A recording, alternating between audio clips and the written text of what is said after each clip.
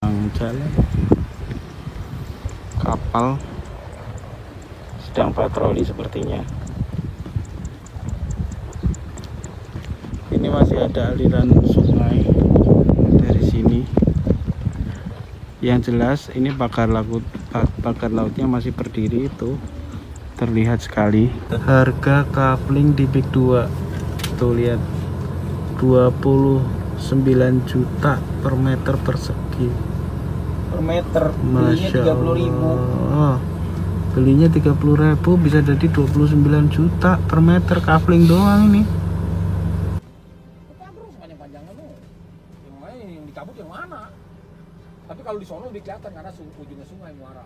Jadi kalau Menteri KKP ya, Kelautan dan Perikanan Sakti Wahyu Trenggono yang menyatakan soal pagar laut itu sudah tuntas, sudah selesai. Justru dari tinjauan lapangan hari ini ya, Ahad atau Minggu 16 Maret 2025, kami tegaskan bahwa pagar laut itu masih ada, bahkan ada di dekat jantung proyek Pik 2 di Desa Tanjung Pasir. Sakti Wahyu Trenggono ini adalah menteri loh, sekelas menteri. Menteri itu adalah pembantu Presiden Prabowo Subianto. Bisa ngeprank, Mengelabui, bohongin lah ya. ngeprank ini. Iya, ngeprank. Saya sebut ngeprank. Kenapa ngeprank? Ini yang diprank bukan hanya rakyat biasa, tapi anggota DPR diprank. Pak Prabowo sendiri diprank. Apalagi masyarakat secara umum. Apa yang diprank? Yang diprank adalah soal pencabutan pagar laut. Bismillahirrahmanirrahim. Assalamualaikum warahmatullahi wabarakatuh. Waalaikumsalam warahmatullahi wabarakatuh. Alhamdulillah, kita hari ini ada di Desa Tanjung Pasir. Sedianya tadi kami akan menyewa kapal untuk menelusuri sejumlah pagar-pagar laut yang ternyata masih membentang. Dari sini kelihatan. Namun karena kondisinya surut begitu, kapal-kapal ini mengalami pendangkalan begitu. Jadi kami tidak bisa sewa kapal gitu, tidak bisa naik kapal untuk menelusuri ke ujung sana, di arah pagar laut sana. Ya saran dari penduduk sekitar tadi, kalau bisa pagi karena air lagi naik. Kalau pagi kita bisa lewat Pitian, nah langsung ke kapal. Nah kapal-kapal ini sebenarnya kapal-kapal yang kalau ditumpangi itu terjadi pendangkalan gitu, jadi nggak bisa jalan. Itu mengapung tidak sepenuhnya, karena kalau mengapung sepenuhnya harusnya goyang-goyang kena air begitu ya. Tapi alhamdulillah tadi kami siasati untuk melihat view dari pagar-pagar laut itu dari jarak dekat. Kami itu memutar masuk ke komplek proyek Pik 2. Bahkan kami juga tadi melewati Mako Brimob yang dulu ramai diresmikan oleh Pak Tito Karnavian. Ada Aguan di sana, ada Zaki Iskandar selaku Bupati, ada Kapolda Metro Jaya, Irjen Pol Karyono, ada juga Irjen Pol Fadil Imran dan sejumlah pejabat di kepolisian lah yang kita tahu. Karena kami sering mempersoalkan Kapolri Listio Sigit Prabowo kenapa kok tidak memberikan statement satu patah kata pun terkait kasus pagar laut dan sertifikat laut yang kalau di masyarakat itu sudah diketahui bahwa itu milik proyek Pik 2 atau Pantai Indah Kapuk 2. Baik, saya perkenalkan dulu, kita akan bahas soal pagar laut yang ternyata sampai hari ini masih belum tuntas begitu.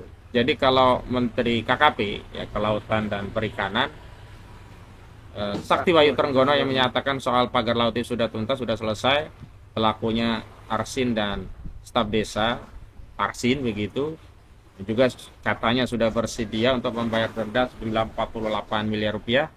Justru dari tinjauan lapangan hari ini ya, hari Ahad atau Minggu 16 Maret 2025, kami tegaskan bahwa pagar laut itu masih ada, bahkan ada di dekat jantung proyek Pik 2 di Desa Tanjung Pasir. Menurut informasi saksi-saksi yang kami temui tadi, bukan hanya di Tanjung Pasir, masih ada juga di Desa Tanjung Burung, kemudian bahkan sampai Karangserang masih ada ya, masih ada begitu. Artinya publik dikelabui begitu oleh Menteri Saktiwayu Trenggono yang seolah-olah perkara pagar laut ini selesai, padahal belum tuntas. Dan penting juga untuk kita kasih informasi kepada masyarakat bahwa ketika Presiden Prabowo Subianto menerbitkan Perpres nomor 12 tahun 2025 tentang RPJMN tahun 2025-2029 ya. 2024-2029 ya, 5 tahun. Ini rencana pembangunan jangka menengah nasional yang di dalamnya memuat lampiran ada 77 proyek strategis nasional, baik proyek itu yang bersifatnya carry over atau lanjutan dari era Joko Widodo sebelumnya, termasuk PSN yang baru 29, PSN carry over itu 48. Yang dari 77 itu tidak ada PSN PIK 2. Awalnya kami ya cukup lega kita semua, sehingga itu bisa menjadi dasar penghentian proyek PIK 2 gitu. Tapi ternyata sampai hari ini nggak ngaruh PSN itu masuk atau tidak masuk dalam PSN-nya Presiden Prabowo Subianto. Dan saya ingin menegaskan Saktiwayu Trenggono ternyata bukan hanya mengelabui kita ya, mengelabui rakyat Banten, mengelabui masyarakat desa Tanjung Pasir, Tanjung Burung, Karangserang, dan beberapa desa lainnya yang masih ada pagar lautnya. Juga mengelabui seluruh rakyat Indonesia yang sampai hari ini tetap concern ya mengawal kasus pagar laut dan sertifikat laut ini. Tapi ternyata juga mengelabui DPR dan juga Presiden Prabowo Subianto. Karena sudah jelas kan perintahnya kan untuk dituntaskan, dicabut. TNI AL sudah dikerahkan. Nah, ternyata tadi kami melihat di lapangan ada sempadan-sempadan laut, pantai-pantainya tadi sudah diuruk, sudah menjadi daratan. Kami tadi masuk lewat proyek PIK 2. Nanti kalau ada waktu lain yang kami berkesempatan dan ada sewa kapal yang bisa menuju ke ke pagar-pagar itu, akan kami hadirkan langsung secara view dari jarak dekat. Tadi kami bisa mengambil dari proyek PIK 2 tadi, tapi cukup dekat, cukup jelas lah kira-kira gambarnya untuk menggambarkan bahwa pagar-pagar laut itu ada. Dan sekali lagi jangan bodoh-bodohi rakyat, pagar laut itu punya PIK 2 gitu loh. Dan juga jangan bodoh-bodohi rakyat bahwa pelakunya hanya berhenti di Arsin dan Tarsin Kades Kohot. Kami tadi juga waktu berjalan melewati rumah Kades Kohot ya. Kades Kohot rumahnya sudah sepi, tidak sehingar-bingar dulu waktu masih berkuasa. Karena hari ini Arsin yang hari ini bukanlah Arsin yang dulu sesumbar presiden pun tidak bisa memenjarakan dirinya. Tapi hari ini mau tidak mau dia terpaksa harus mau jadi tumbal. Kalau tidak mungkin akan menjalar ke orang-orang dekatnya kalau dia tidak mau ditumbalkan. Tapi yang jelas bahwa nama terkait pagar laut seperti Mandor Memet, kemudian Engcun atau Gojali, Hanafi Alijaya itu di kalangan masyarakat Tanjung Pasir, Tanjung Burung, pokoknya di kalangan masyarakat yang ada pagar lautnya sebenarnya sudah paham, dan bahwa proyek pagar laut itu proyek punya PIK 2 juga masyarakat semuanya sudah paham. Dan tadi kami juga bertemu dengan Bang Hambali yang beberapa waktu lalu saya ajak memang sengaja hadir dalam rapat dengar pendapat di Komisi 2 DPR RI yang membidangi bidang pertanahan, yang menyatakan bahwa pagar laut sampai hari ini masih ada. Dan benar, pagar laut untuk modus operandi reklamasi dan di dalamnya itu sudah ada sertifikat tanah di atas laut, itu tadi sudah kita lihat ada begitu. Sehingga saya menghimbau kepada seluruh masyarakat dan aktivis khususnya rakyat Banten tidak boleh atau jangan buru-buru merasa mendapatkan kemenangan setelah terbitnya Perpres nomor 12 tahun 2026 tentang RPJMN di 2024 sampai 2029. Ternyata proyek kezaliman PIK 2 milik Aguan dan Antoni Salim itu terus berlangsung. Bahkan bukan hanya tanah laut, tanah di daratan, tanah milik negara yang kewenangannya ada negara, milik perhutani, tadi juga kami tinjau sudah sebagian diuruk, dan pengurukan tadi tetap berjalan. Jadi tidak ada ngaruh, tidak ngefek gitu loh ya. Masyarakat demo, masyarakat menuntut dihentikan, masyarakat menuntut untuk proses penegakan hukum, ternyata tidak berdampak bagi proyek tetap jalan terus. Dan alhamdulillah hari ini sudah hadir di tengah-tengah kita beberapa saksi-saksi kezaliman dari proyek PIK 2 yang mudah-mudahan masyarakat bisa melihat proyek ini secara objektif dari sisi masyarakat yang menjadi korban. Jangan ansih bicara proyek ini menciptakan lapangan kerja, menciptakan pendapatan pajak 50 triliun. Nah, 50 triliun dari mana itu perlu kita teliti. Dan pekerjaan seperti apa yang katanya diklaim ratusan ribu, 100 ribu, 200 ribu, atau 300 ribu. Padahal secara faktual kami tadi keliling-keliling dari Tanah Raya, keliling menyusuri pinggir pantai ya, sampai Paku Haji, dan sampainya akhirnya sampai di Teluk Naga. Dan sekarang sampai di desa Tanjung Paksi. Jadi dalam tinjauan kami ternyata memang proyek PIK 2 ini menimbulkan banyak ya dampak yang mendolimi rakyat. Dan tadi di kelurahan juga, di desa ya, desa apa tadi namanya? Desa Pangkalan ya, ada demo. Sebelumnya juga sudah ada demo. Konon ini juga demo lanjutan. Kalau demo sebelumnya adalah demo terkait akses jalan air yang diuruk oleh PIK 2 begitu. Jadi pengurukan sungai juga tetap terus berjalan, tidak kemudian dibongkar karena mendengar kritik kita yang di daerah sekitar Kampung Muara dan tadi di Desa Pangkalan juga ya.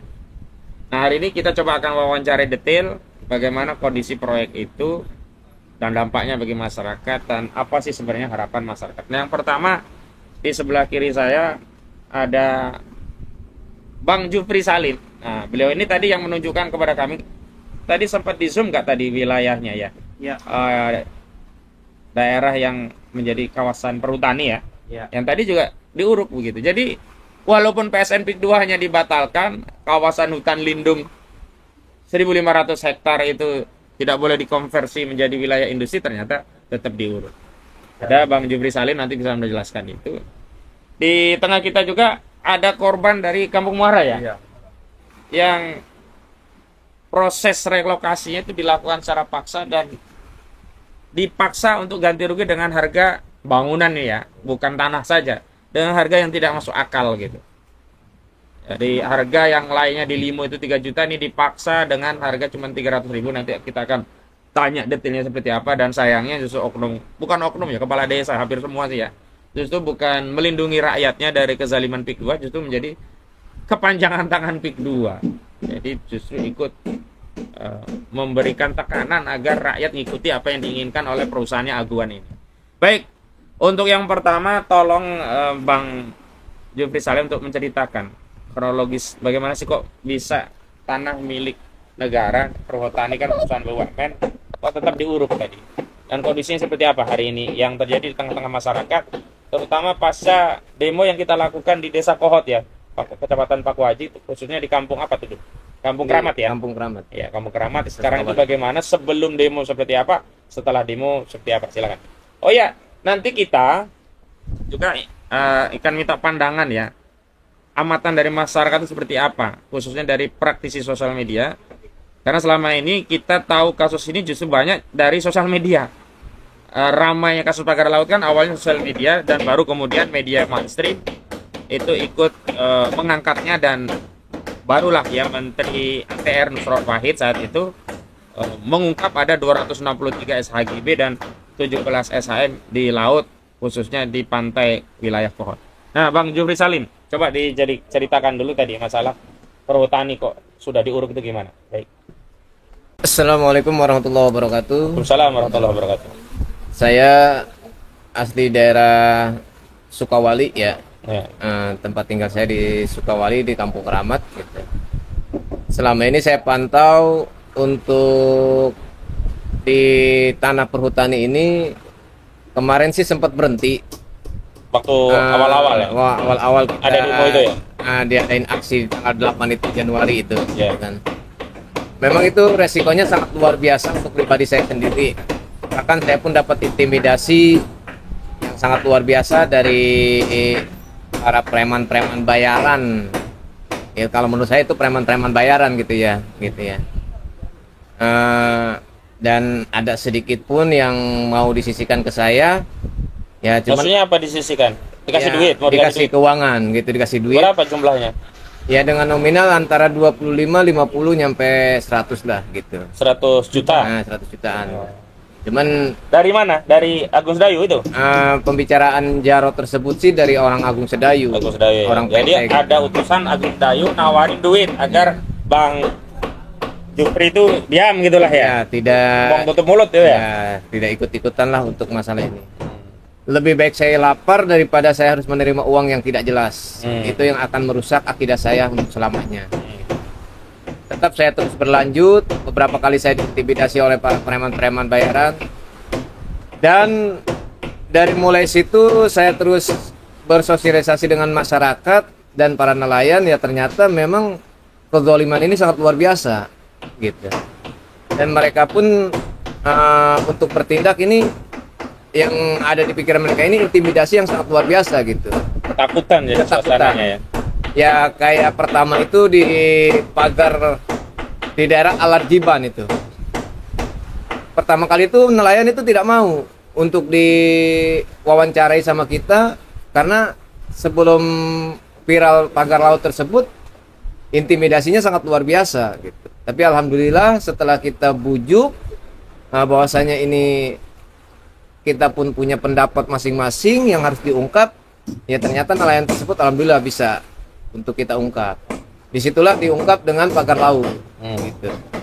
Terkait tadi tanah perhutani gimana gitu? Untuk tanah perhutani itu yang awalnya itu empang yang dikelola oleh masyarakat maupun rakyat, tambak-tambak ikan bandeng yang setiap hari beliau mendapatkan ya lumayan lah buat makan gitu kan dari hasil tangkapan udang atau apa gitu kan.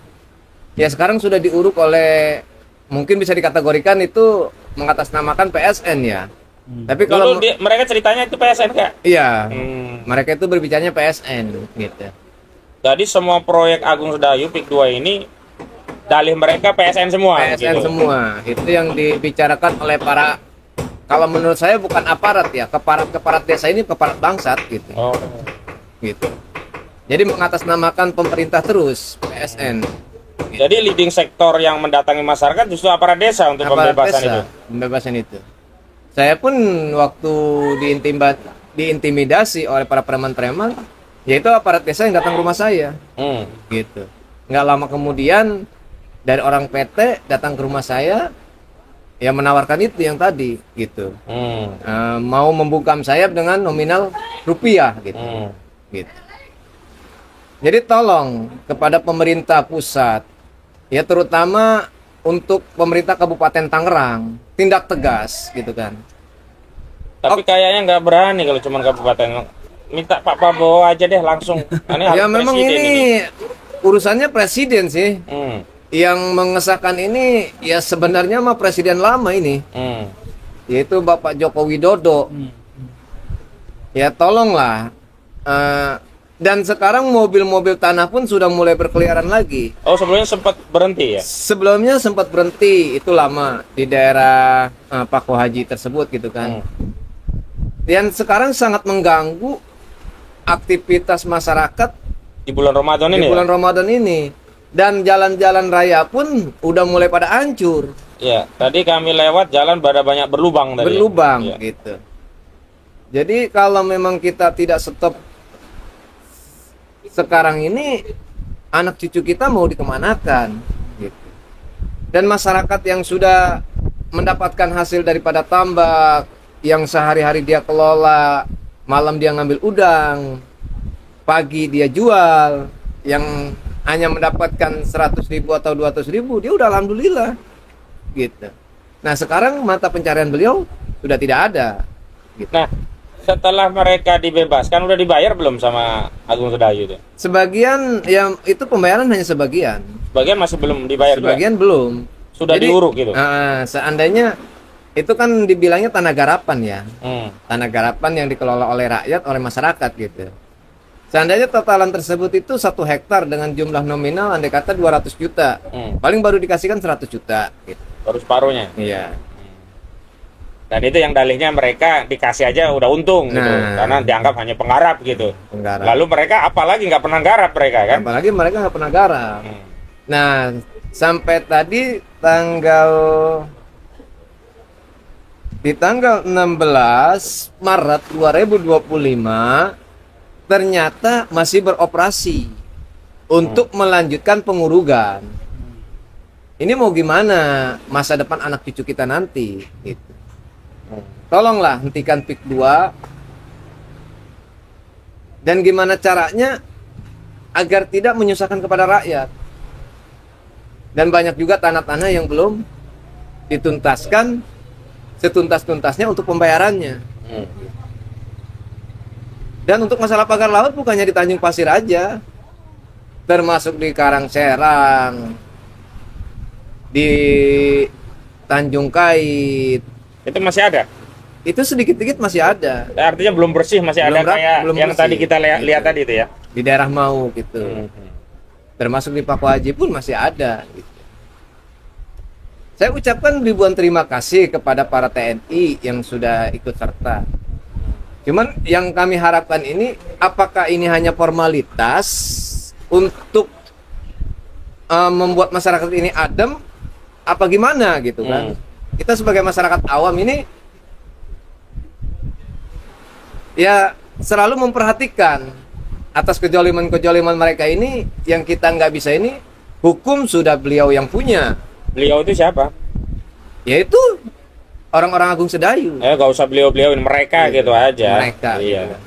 Kalau beliau itu seolah-olah orang yang terhormat gitu. Dari awal pun saya urusan masalah pagar laut itu nggak bilang siapa-siapa. Ini proyeknya Aguan, Oh. gitu. Waktu pertama kali itu belum pilar, saya bilang Ini proyek Aguan. proyek Aguan ini. Dan di lapangan kan udah tahu semua itu punya Aguan kan ya. Ya udah tahu semuanya. Cuman masyarakat yang awam ini nggak berani untuk mengungkapkan semua itu karena hukumnya itu punya Aguan gitu. Aguan lah, gitu. Setiap kita bertindak 2-3 hari kita dicomot, ya ada yang membereskan, tapi ternyata itu orang-orang mereka juga. Oh, ada yang tukang nyomot, ada yang beresin, seolah-olah Iya. mereka punya jasa, bebasin gitu ya. Ya begitu. Hmm. Untuk masalah pagar laut bukan hanya di Arsin aja, masih banyak pelaku-pelaku lain yang Selain Arsin terlibat. siapa yang diketahui masyarakat tuh? Ya sebenarnya untuk para staf-staf desa pun itu udah terlibat. Terlibat semua. Terlibat semua kalau menurut saya. Kalau informasi Mandor Mehmet yang pegang proyeknya, tahu juga? Kalau untuk Mandor Mehmet memang dia yang awal gitu. Oh. Nah, dia itu menyuruh orang-orang lagi. Oh, dia cuman ya mandornya lah ya. Mandor lah kalau kata bahasa mandor gitu kan. Iya. Jadi dia nyuruh nelayan atau nyuruh masyarakat Dibayar per meter dibayar atau berapa apa? gitu. Tapi setahu saya itu per orang itu dibayar antara 80 sampai 100.000 Per harinya. per harinya gitu. Ada yang borongan nggak? Nggak ada. Dia Harian per semua hari. ya. Itu pun Yang suplai bambu siapa itu? yang suplai bambu itu dari luar melalui Mandor Mehmet. Oh, tetap Gitu. juga lewat dia gitu. Tetap lewat Mandor Mehmet. Ya alhamdulillahnya kita bisa ungkap walaupun terlambat gitu. Tapi tidak ada kata terlambat kalau memang dari atasnya ini berpihak kepada rakyat. Ya terutama kepada Bapak Presiden Prabowo untuk segera memberhentikan proyek-proyek yang sangat gila ini. PIK 2 ini dihentikan gitu ya? Iya, PIK 2 ini dihentikan. Tidak ada manfaatnya untuk masyarakat. Kita tetap pengangguran, yang awalnya petani, yang awalnya nelayan, yang awalnya para penjaga tambak, beliau udah kehilangan mata pencarian beliau. Gitu. Jadi mungkin ada yang ditanyakan lagi? Cukup dulu ya. Nanti Iya. kita lihat dari sisi praktisi sosial media. Apa sih dampaknya di tengah masyarakat ketika ini mulai ramai gitu. Oke, makasih ya. Siap. Bang Jufri Salim. Beliau juga salah satu saksi dari kezoliman proyek PIK 2. Bahkan beliau ini termasuk yang diintimidasi saat kami pertama kali hendak mengadakan aksi di Tanggal 8 ya Januari. di tanggal 8 Januari. Ini aksi yang pertama ya, bukan di Munjung, bukan yang waktu saya dikeroyok preman, bukan ya, yang pertama. Yang pertama. Nah, lalu kemudian ada lagi di Munjung ya, di daerah Kronjo saya. Baik, yang kedua kepada Bung Arif Widodo. Bung Arif, Anda kan aktif ya mengikuti seluruh advokasi. Bahkan Anda juga yang apa ya? Yang mengupload banyak kabar-kabar terkait kasus PIK 2 ini begitu viral. Tadi Anda juga melihat kan di apa namanya?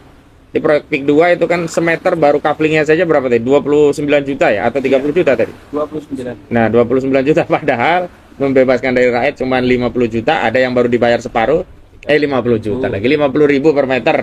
Ada yang 30.000 per meter dijual 29 juta hingga 30. Ada juga yang lokasi strategis itu ada yang 40 hingga 50 juta per meter baru dalam bentuk coupling, belum ada bangunannya. Tanggapan Bung Arif gimana ini tentang masa depan kasus ini? Kalau saya melihat dari kebijakan pemerintahnya kok kesannya netral saja, dia tidak bertindak, hanya tidak mencantumkan proyek itu di 77 PSN baru Prabowo Subianto sehingga seolah-olah dibatalkan, tapi aktivitas proyeknya tetap jalan begitu. Baik, assalamualaikum warahmatullahi wabarakatuh. Waalaikumsalam warahmatullahi wabarakatuh. Alhamdulillahirabbil alamin, segala puji hanyalah milik Allah Subhanahu wa taala. Hari ini kita tepat di bulan Ramadan. Salah satunya adalah Syahrul Jihad. Mudah-mudahan ini menjadi salah satu bagian dari perjuangan umat rakyat dalam membela ketidakadilan yang dilakukan oleh Aguan dan PIK 2, khususnya di daerah Tangerang, di daerah sini mana ini Tanjung Pasir, dan di daerah-daerah yang lain. Jadi teman-teman semua, sebagaimana yang tadi sudah disampaikan oleh Bang Ahmad Khozinuddin, bahwa apa yang kita saksikan tadi, saya juga kebetulan lihat dengan mata kepala saya sendiri apa yang dilakukan oleh PIK 2 terhadap wilayah-wilayah yang telah, yang pertama adalah soal pagar laut ya. Kita saksikan tadi bagaimana di sana itu, jadi pagar awalnya pagar laut, kemudian diuruk di bagian pinggirnya. Setelah diuruk di bagian pinggir pagar laut itu, yang di tengah-tengah masih ada airnya, kemudian disedot keluar. Oh, berarti ditanggul dulu ya? Ditanggul dulu di sampingnya. Ya. Setelah itu air yang di tengah-tengah disedot keluar, baru diuruk pakai tanah. Oh, berarti reklamasi dari pinggir dia ya? Betul. Dan itulah yang kemudian tadi saya saksikan di sana. Kita lihat sama-sama tadi di sana. Itu yang pertama. Terus yang kedua, tadi juga kita dengarkan bagaimana kesaksian Bang Salim ya. Bang Salim. Kemudian sebenarnya bukan hanya Bang Salim ya, banyak saudara-saudara kita yang lain, khususnya kemarin saat kita aksi kemarin ya di daerah Kronjo. Bagaimana tanah, bagaimana sawah, bagaimana tambak itu tiba-tiba diuruk begitu saja tanpa permisi kepada tuannya. Tahu-tahu sudah diuruk, dan kalau mau dibayar ya datang ke kantor PIK 2. Dan ini sebenarnya kita ini, negara kita masih ada hukum atau tidak sebenarnya? Dan ini pertanyaan yang sangat penting untuk Bapak Prabowo Subianto, Pak Listio Sigit Prabowo yang hari ini menjabat sebagai Kapolri. Nah, itu yang kedua, itu soal bagaimana reklamasi dan bagaimana jadi sebenarnya reklamasi itu sudah mereka lakukan dari pinggiran. Sudah mereka lakukan dari pinggiran. Yang ketiga, nah ini yang menurut saya sangat miris di negeri ini. Bagaimana seorang pejabat publik, Wahyu Sakti Trenggono. Sakti Wahyu Trenggono. Iya, sorry. Ya, Sakti Wahyu Trenggono. Ini adalah menteri loh, sekelas menteri. Menteri itu adalah pembantu Presiden Prabowo Subianto. Bisa ngeprank. Mengelabui, bohongin lah ya. Ngeprank ini. Iya, ngeprank. Saya sebut ngeprank. Kenapa ngeprank? Ini yang diprank bukan hanya rakyat biasa, tapi anggota DPR diprank. Pak Prabowo sendiri diprank. Apalagi masyarakat secara umum. Apa yang diprank? Yang diprank adalah soal pencabutan pagar laut. Dianggap tuntas itu tadi. Dianggap selesai. Dianggap tuntas. Dan yang kedua, Arsin Arsin menurut Wahyu Sakti Trenggono itu sanggup untuk membayar ganti rugi 48 miliar. Ini kan luar biasa ini pranknya ini. Sementara dari kuasa hukum Arsin sendiri katanya belum mendapatkan info soal diminta membayar 48 miliar. Kalaupun bisa membayar itu duitnya dari mana gitu loh. Dan ini kan miris sekali ya. Dan ini bukan yang ngeprank ini bukan Atta Halilintar, Bang. Kalau Atta Halilintar kita maklum lah. Ya, dia hanya ngejar viewer lah ya. Misalnya pun ngeprank ya. Ya. Atau konten kreator. Ini pejabat publik, Bang. Betul. Pejabat publik, pembantu presiden. Ngeprank. Bukan hanya ngeprank rakyat, ngeprank presidennya Ngeprank juga. presidennya, ngeprank TNI, ngeprank Polri, Ngeprank rakyat. ngeprank Prabowo. Dan ini menurut saya adalah fatal sekali kalau ini dibiarkan. Kalau ini dibiarkan, maka sudah tidak usah ada pemerintahan kalau kayak gitu. Semuanya bisa bohong, semuanya bisa diatur, semuanya bisa ngomong sesuka hatinya. Kalau itu dibiarkan. Jadi menurut saya harusnya Pak Prabowo Subianto ini segera memecat Wahyu Sekti Trenggono. Sakti Wahyu Trenggono ini sebagai Menteri KKP. Karena ini mohon maaf ya, kalau seorang pejabat publik ini bohong, itu kan sudah melanggar minimal etik lah. Secara etik dia sudah melanggar. Kalau secara etik moralnya itu sudah melanggar, ini maka sudah pantas dia itu untuk minimal dipidana lah ya. Mungkin Bang Ahmad Khosinuddin bisa memberikan pasal pidananya. Ya, mundur dulu lah, pidana nanti gampang lah. Nah itu yang Kalau ketiga. nggak mau mundur ya dipecat. Gitu. Ya itu yang ketiga. Terus yang keempat ini soal sosial media. Saya pikir ini penting Bang Ahmad Khosinuddin karena mohon maaf ya, harapan kita kecil ketika kita berharap kepada pemerintahan secara utuh ya. Bagaimana kita mengharapkan pemerintahan ini berjalan sebagaimana mestinya. Kecuali rakyat ini benar-benar mengambil tindakannya sendiri ya, yang tidak melanggar undang-undang tentunya. Misalnya melakukan aksi, bersuara lah pokoknya. Bersuara atau juga melakukan gugatan seperti yang dilakukan oleh Bang Ahmad Khosinuddin dan kawan-kawan ya. Termasuk apa yang kita lakukan hari ini kan dalam rangka untuk melengkapi bukti-bukti yang ada di pengadilan ya. Mitigasi lapangan yang kita lakukan hari ini. Jadi itu berikutnya teman-teman semua. Jadi konten kreator yang lain saya pikir ya bukan hanya kita ya. Ada Bang Said Didu, ada Bang Edi Mulyadi, ada TikToker itu Mahesa. Kemudian ada teman-teman yang lain ataupun masyarakat yang ingin kemudian membantu saudaranya, itu saya pikir sangat penting sekali hari ini untuk speak up. Jangan diem. Karena kalau semakin lama ini dibiarkan, ini lama-lama rata ini Bang Ahmad Khosinuddin. Ini baru pagar laut saja ini sudah di-prank.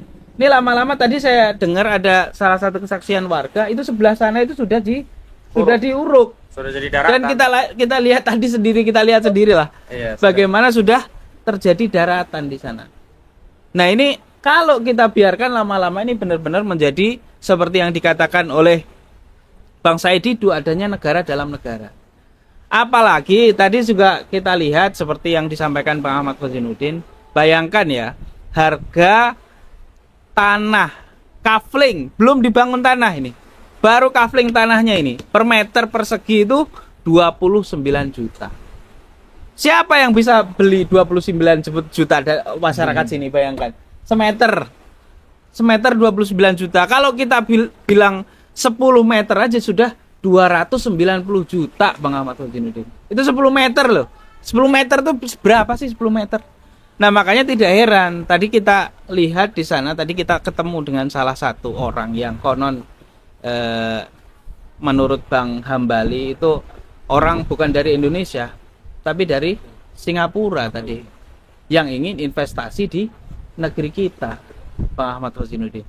Ini kalau dibiarkan terus, ini yang punya ini bukan orang kita, Bang Ahmad Khosinuddin. Orang Singapura, orang Cina, orang Hong Kong. Dan apalagi kalau kita masuk ke dalam tadi sudah ada security. Yang barang tentu security itu tidak sembarangan orang bisa masuk. Kebetulan saja kita tadi ada yang kenal di situ sehingga kita bisa diperkenankan masuk. Tidak semuanya masyarakat bisa masuk ke sana, Bang Ahmad Khosinuddin. Dan ini menurut saya ini sudah isunya bukan soal ansih, soal perampasan tanah, soal perampasan laut. Ini sudah kedaulatan negara. Bagaimana ada entitas tertentu, kita tidak bicara ini Cina, ini bukan Cina ya. Entitas PIK 2 lah katakanlah. Ini begitu entitas PIK 2 katakanlah. Bisa kemudian menguasai seenak jidatnya sendiri, menjual untuk kalangan-kalangan tertentu, dan kita tidak bisa sembarangan masuk ke dalamnya. Walaupun tadi di sana kita lihat ya, ada iklan, ada masjid. Tapi masjidnya Masjid Agung belum ada sih, Masjid cuma Agung iklannya belum doang. ada. Kemudian ada apa namanya? Gereja. Ada gereja yang kemudian plangnya gede banget, walaupun itu belum ada ya, teman-teman saya. Dan saya pikir itu ada pun setelah diviralkan kemarin ya oleh Bang Ahmad Fazinuddin dan kawan-kawan, bagaimana perampasan di sana tidak ada masjid. Nah, yang berikutnya yang lebih penting, yang terakhir ini ya, saya pikir ini harus serius. Tadi seperti yang dia sampaikan oleh Bang Ahmad Fazinuddin, konon di tahun 2026 ini tidak masuk dalam list apa Bang? RPJMN. Jadi tidak menjadi daftar PSN di eranya Prabowo. Tapi meskipun ini tidak masuk ke daftar, faktanya kita lihat sekarang masih terus berjalan nih Pak Prabowo. Dan masyarakat di sini ini ada yang kemudian diadu domba nih. Ini saya pikir adu domba namanya. Sebagian masyarakat dihargai berapa 3 juta per meter untuk relokasi rumahnya ya. Nah, ini ada yang 300.000 per meter. Nah, ini kan adu domba namanya. Sesama kita diadu domba, sesama anak bangsa diadu domba. Dan ini harus negara yang bisa menyelesaikan ini. Dan saya pikir ini adalah waktu yang tepat bagi Pak Prabowo Subianto untuk membuktikan kata-katanya yang tidak omon-omon itu. Bagaimana jiwa patriotismenya Pak Prabowo sebagai mantan Danjen Kopassus ya, yang tentu sudah ada nasionalisme di sana, ditetapkan di sana, dan ini hari ini kita lihat nasionalisme sedang diopok-opok di negeri ini. Nah, maka untuk itu yang terakhir harus kemudian proyek ini segera dihentikan. Dan yang berkaitan dengan hukum, misalnya pemagaran laut, ini kan kaitannya dengan hukum, ini pelanggaran hukum, segera ditangkap. Penggusuran tanah, perampasan tanah, ini segera ditangkap. Kalau ini tidak ditangkap, apalagi cuman Arsin doang. Dan inisial T yang kuat dugaan itu adalah Tarsin, yang awal-awalnya berkoar-koar, hanya 2 orang itu saja, itu Masya Allah. Kita ini kayak orang bodoh semua gitu loh. Orang Indonesia ini dianggap orang blow on semua oleh pemerintahan kita ini. Dianggap kita ini orang nggak ngerti gitu. Padahal kita tahu, kita tinggal datang aja ke situ, kita tahu ini siapa di balik ini semua. Kita tinggal tuju hidung gitu loh. Apakah orang DPR ini blow on semua? Saya pikir enggak. Apakah aparat kepolisian itu nggak ngerti? Saya pikir enggak juga. Ini sudah kejahatan yang telanjang di depan mata. Kok bisa dibiarkan begitu saja? Nah, itu mungkin yang terakhir pandangan dari saya, Bung Ahmad Fazinuddin, dan saya pikir saya pesankan kepada teman-teman yang lain, khususnya aktivis media sosial ya, citizen jurnalisme. Jadi seorang jurnalis itu tidak melulu dia harus punya pers ya. Walaupun saya ini punya pers ya, namanya SNN, Satu Indonesia News Network. Dan bisa dilihat di sana tulis-tulisannya, websitenya ada dan resmi. Tapi boleh juga masyarakat mengupload selama itu fakta, bukan prank seperti apa yang disampaikan oleh Sakti Wahyu Trenggono. Oke, baik, terima kasih Bang Ahmad Fazinuddin. Wassalamualaikum warahmatullahi wabarakatuh. Assalamualaikum warahmatullahi wabarakatuh.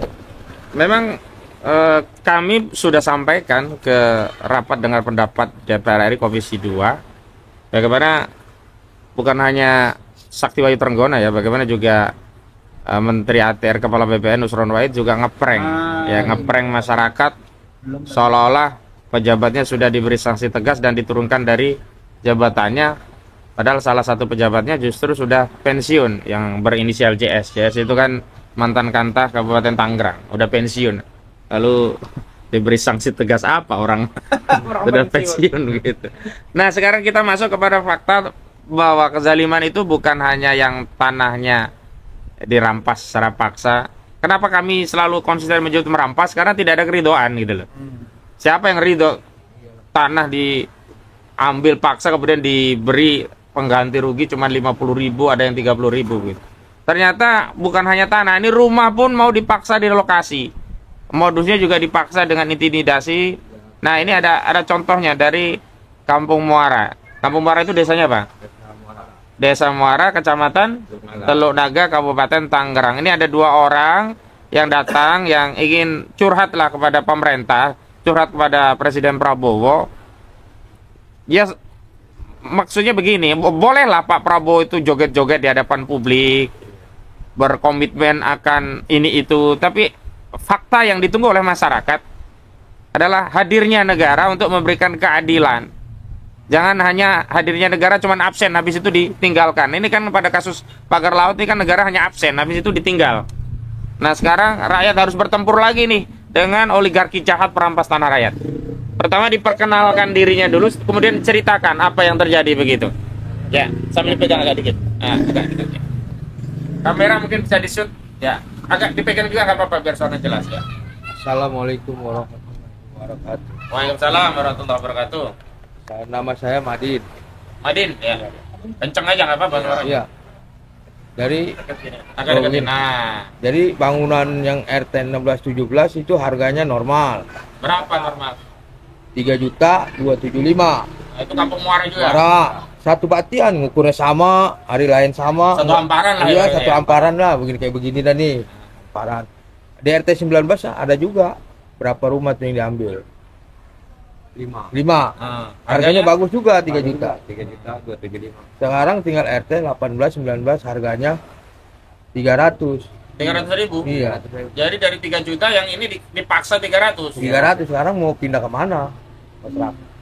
Boro-boro bakal pindah, yang ada gak habis. Ngebangun ya nombok. Sekarang apa-apa mahal. Apa-apa mahal kita. Dari desa bagaimana mereka tanggapannya? Desa nggak ada. Nggak ada. Jadi sekarang kalau desa, kalau orang mau, gue cairin dah. Ayo dikulik. Kadang-kadang malam ambil. Yang mau dipanggil malam. Oh, dipretelin satu-satu Iya, ya, copotin satu-satu ya. copotin satu-satu. Kemarin udah pada itu. Kalau mau gue cairin, nggak mau udah enak amat. Siapa nama kepala desanya, Pak? Haji Sari. Saripudin ya. Ya kata saya, atuh tinggal 2 RT lagi di desa Lemonya ya bagus. Di Lemo juga harganya bagus. Bagus satu, batis cuman Maksudnya bukan harga tanah ya, harga bangunan yang direlokasi gitu ya. Bagus 3 Itu juta. disediakan tempat baru nggak oleh mereka? Ada di Lemo, depan desa. Oh, suruh ke sana Iya, gitu. pindah. Cuman suratnya tahu dah, lama dah. Sampai surat. hari ini sih katanya belum turun suratnya. Iya, lama lah pastinya begitu, Bang.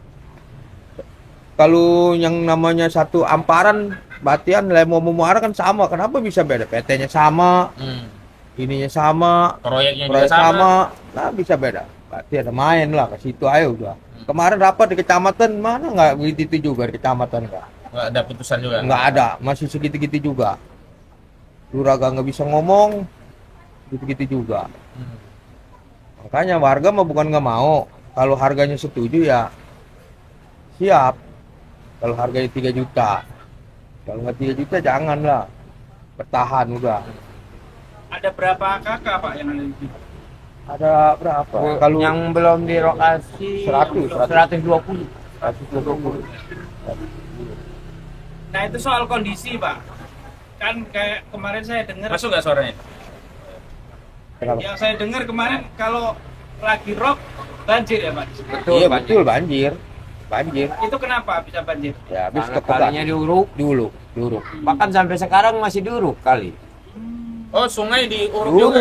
Begitu. Kan kemarin saya stopin bekonya. Kemarin agak di ituin aja, barang sekarang mungkin itu diuruk terus, mungkin parah aja. Kali sekarang mau di ituin lain lah, belum hari kali. Berarti jalanan nggak diituin, mau dipegat. Oh, diisolasi gitu Iya. ya. Diisolir gitu. Tadi jalan lurus, sekarang jalan bengkok, mau tuh ngeri kasih sekarang masyarakat. Belum dibayar kali udah bayar kali. Jangan semenang-menang dia. Makanya warga mah cuman nggak itu harganya 3 juta udah.